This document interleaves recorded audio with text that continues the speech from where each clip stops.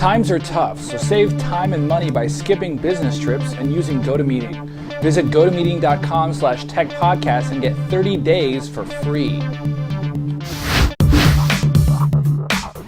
Hey there, what's going on? I'm Rich DeMuro, and you are tuned into The 5. Thanks for watching.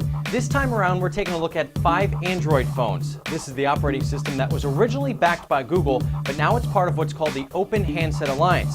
That means dozens of software companies, electronics companies, and developers are working every day to make this operating system even better.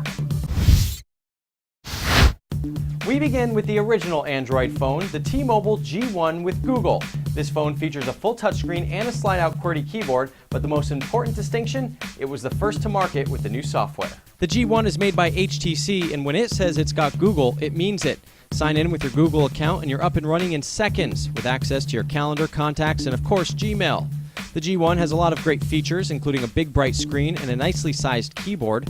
One of the wow factors built in, Google Street View synced up to a built-in compass. It lets you explore an area around you in 360-degree goodness as if you were standing there in real life.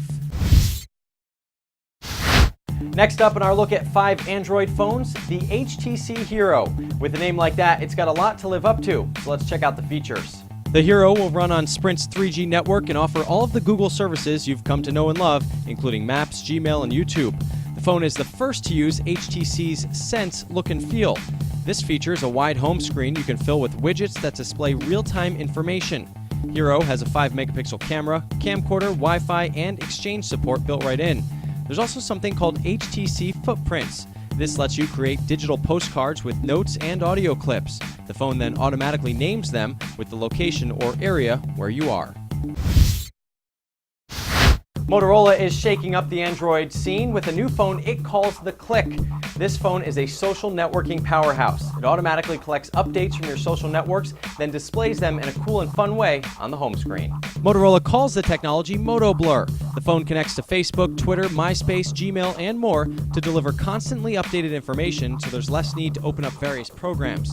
Once you get past the shiny touchscreen exterior, there's some decent horsepower inside, including 3G and Wi-Fi, a 5-megapixel camera with autofocus, and a slide-out QWERTY keyboard.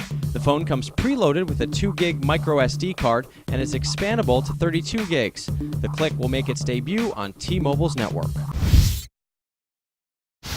LG is also taking a crack at an Android-powered phone. The South Korean electronics maker really worked hard to come up with a very catchy name. Without further ado, check out the LG GW620. Okay, so maybe they'll come up with a cool name like the Envy when the handset debuts. Not a whole lot of details on this one, but the GW620 has a 3-inch touchscreen and slide-out QWERTY keyboard. There's also built-in support for social networking and Google Apps. The phone is headed for Europe in late 2009. Finally, the Android phone so slick it was even featured on Oprah's season opener. Okay, so it was a sponsored bit, but still, the T-Mobile MyTouch 3G with Google builds on the popularity of the G1, but ditches the physical keyboard. The MyTouch is slick and lightweight and features a vibrant touchscreen. Like the other Android phones, it's loaded with Google Apps and lets you sign in using your Google account for instant personalization. There's also integrated support for Google Voice, so you can maximize the potential of that VoIP service. The MyTouch comes in several colors and you can personalize the exterior to make the phone literally 100% you. This one is also available through T-Mobile right now. There you have it, 5 Android phones that stick it to the man with their open source goodness. The operating system continues to get better as more companies and developers contribute their efforts, and the Android market continues to add new apps. This is definitely a growing segment of the mobile market. Thanks for watching. I'm Rich DeMuro. See you next time on The 5.